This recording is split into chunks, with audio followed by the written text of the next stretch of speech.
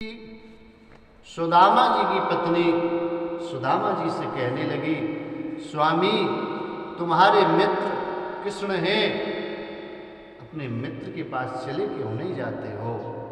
ये कितने बुरे दिन देखने पड़ते हैं। किसी भी दिन न बच्चों का पेट भरता है, न आपका पेट भरता है, न मेरा पेट भरता है। आपसे मैं प्रार्थना कर रही हूँ, अपने मित्र के पास चले जाओ। कई बार कहा सुदामा जी की पत्नी ने। सुदामा जी कहने लगे, हे वसुंधरा, तुम कई बार कह चुकी हो, तुम्हारा मन नहीं मान रहा है तो मैं चला जाऊंगा। लेकिन हे वसुंधरा, जब मित्र के यहाँ कोई जाता है तो भेंट लेके जाता है, और मेरे पास तो कुछ भी नहीं है, कुछ भेंट के लिए तो हो। सुदामा जी की पत्नी कहने लगी, स्वामी मैं किसी पड़ोसन से कुछ ले आऊंगी, उसी को तुम भेंट लेके चले जाना। कहने लगे सुदामा जी, तो जाओ मांग करके लाओ, कुछ मिल जाएगा तो मैं लेकर के चला जाऊंगा। सुदामा जी की पत्नी वसुंधरा अपनी पड़ोसन के पास गई। मांगती हुई कई जगह गई, सबने मना कर दिया, क्योंकि गरीबी में कोई किसी का साथ नहीं देता है। एक वसुंधरा की सहेली थी जिसका नाम था सुशीला, उसके पास गई। बोली, बहन मेरे पति अपने मित्र से मिलने के लिए जा रहे हैं, कुछ हो पास में तो दे दो। वह कहने लगी, बहन तुम भी गरीब हो और मैं भी गरीब हूँ, फर्क इतना है कि मेरा पेट भर जाता है और तुम्हारा कभी कभी पेट भी नहीं भरता है। इसलिए अब तुम मांगने के लिए आई हो।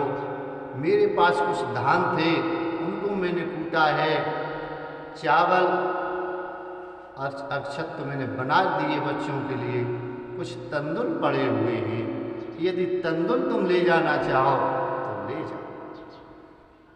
कहने लगी वसुंधरा, बहन तंदुल ही बहुत है गरीबी। तंदुल होते हैं जो चावल का धान का दाना कई जगह से टूट जाता है, 2-3 जगह से टूट जाता है, उसे तंदुल कहते हैं। वही तंदुल कुछ दे दिए वसुंधरा को सुशीला ने। वह ले करके अपने पति के पास आई, फटे पुराने से वस्त्र में उस तंदुल को बांध दिए। सुदामा जी ने चल दिया। वैसी सवारी तो थी नहीं और पैसा भी नहीं था, पैदल ही चल दिया।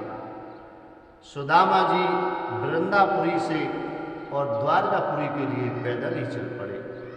जैसे ही पैदल जा रहे थे, चलते चलते हुए सुदामा जी थक गए। शाम हुई तो खेतों जैसी जगह थी, गांव नहीं था। विचार किया कहाँ रुक जाऊँ, यहाँ तो कोई है भी नहीं। तो एक किसान दिखाई पड़ा। वह बोला, ब्राह्मण देवता कहाँ जा रहे हो आप? अब तो शाम हो गई है, विश्राम ले लो। सुदामा जी कहने लगे, भैया मेरी भी इच्छा थी ठहर जाऊं, लेकिन क्या करूं, कहाँ ठहर जाऊं? कहने लगे सुदामा जी, कहाँ ठहर जाऊं? उसी समय वहीं किसान के पास में ठहर गए। जैसे ही किसान के पास में ठहरे, किसान बोला कि मेरे पास कुछ भोजन है, उसे आप कर लो। सुदामा जी कहने लगे, तो चलो भोजन मैं भी कर लूँगा। जैसे ही भोजन उन्होंने रखा, किसान ने सुदामा जी को दिया, उस अपने आगे रखा, और जैसे ही भोजन करना चाहा तो सुदामा जी को अपने बच्चों की याद आ गई। विचार किया, मैं भोजन कर लूँगा और मेरे बच्चे भूखे होंगे, पत्नी भूखी होगी। सुदामा जी ने किसान की तरफ कर दिया भोजन। किसान बोला, भैया क्या बात हुई ब्राह्मण देवता? बोले, भैया मैं भोजन नहीं करूँगा, क्योंकि मैं भोजन कर लूँ और मेरे बच्चे भूखे रहेंगे, बोले तुम कितनी दूरी से आए हो? बोले मैं वृंदापुरी से आया हूँ।